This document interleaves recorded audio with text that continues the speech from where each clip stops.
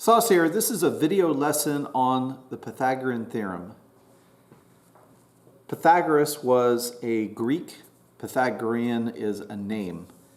This theorem is named after the person that long ago discovered it.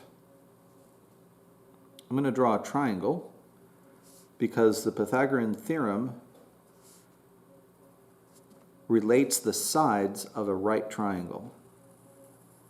So this is a right triangle because it contains a right angle. We have the right angle symbol in there to show that to be true.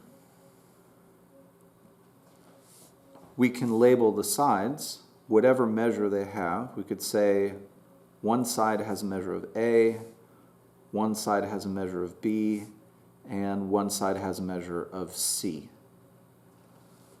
No matter what the measures are, the Pythagorean theorem will work for measures of the sides A, B, and C of a right triangle. When we have a right triangle, we are in the habit of calling the sides that make the right angle, in this case the ones labeled A and B, we call those sides legs. We have a special name for the sides of a right triangle that form the right angle, and we call those sides legs. The side that is opposite the right angle has a special name called the hypotenuse.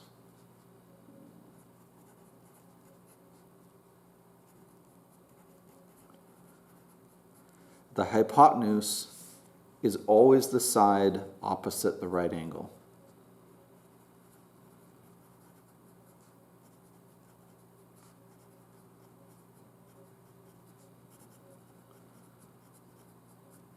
And the reason why we distinguish the hypotenuse from the legs, why it's important to know that the sides are different, is because in the Pythagorean theorem, we have to put the measures of the hypotenuse and the legs in the correct place.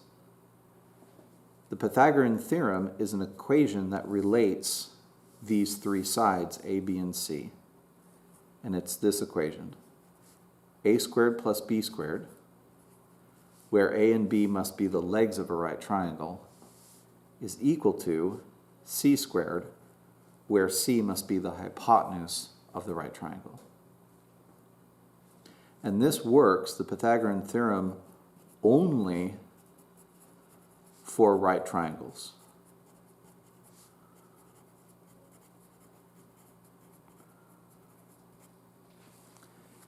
Right triangles are triangles that have a right angle in them. If it's a right triangle, then this equation will work for the sides of that triangle. Let's use it in an example. And in this example, we'll state with the Pythagorean theorem,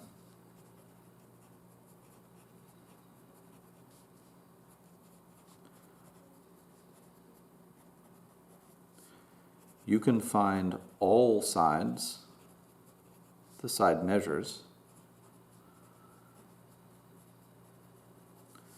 of a right triangle given only two.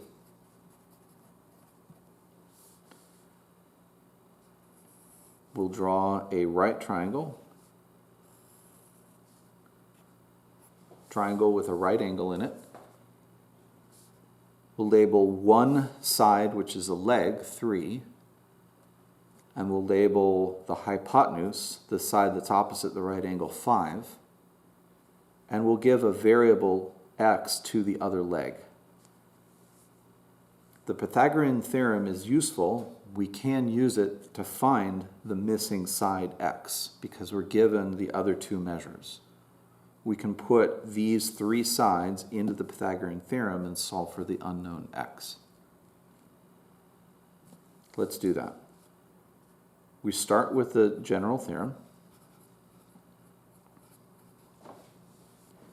A and B are the legs of this triangle. and the legs are labeled 3 and x. It doesn't matter which I put in for A, which I substitute in for B. If I substitute 3 for the leg A and square it, and then add substituting x for the leg B and square it, this will be equal to then C needs to be the hypotenuse, and I know the hypotenuse of this triangle is 5, so I can substitute 5 in for C to complete my substitutions. I now have the Pythagorean theorem with one unknown x. I'm going to solve for x using algebra. First, I'm going to square 3 to get 9, and square 5 to get 25. I'm going to subtract 9 from both sides so that it cancels this positive 9. 25 minus 9 is 16. And then I have to undo the square to get x by itself. The inverse of squaring is square rooting. I'm going to square root both sides. When I do, it'll undo the square, leaving x by itself. And the square root of 16 is 4. It's also negative 4 because x can be positive 4. Positive 4 squared is 16. X can be negative 4 because negative 4 squared is also 16.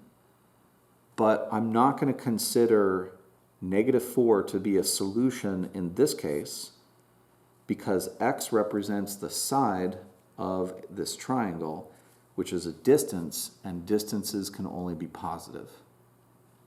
Again, in this process, when I undid the square, at that moment, I got two answers, positive 4 and negative 4.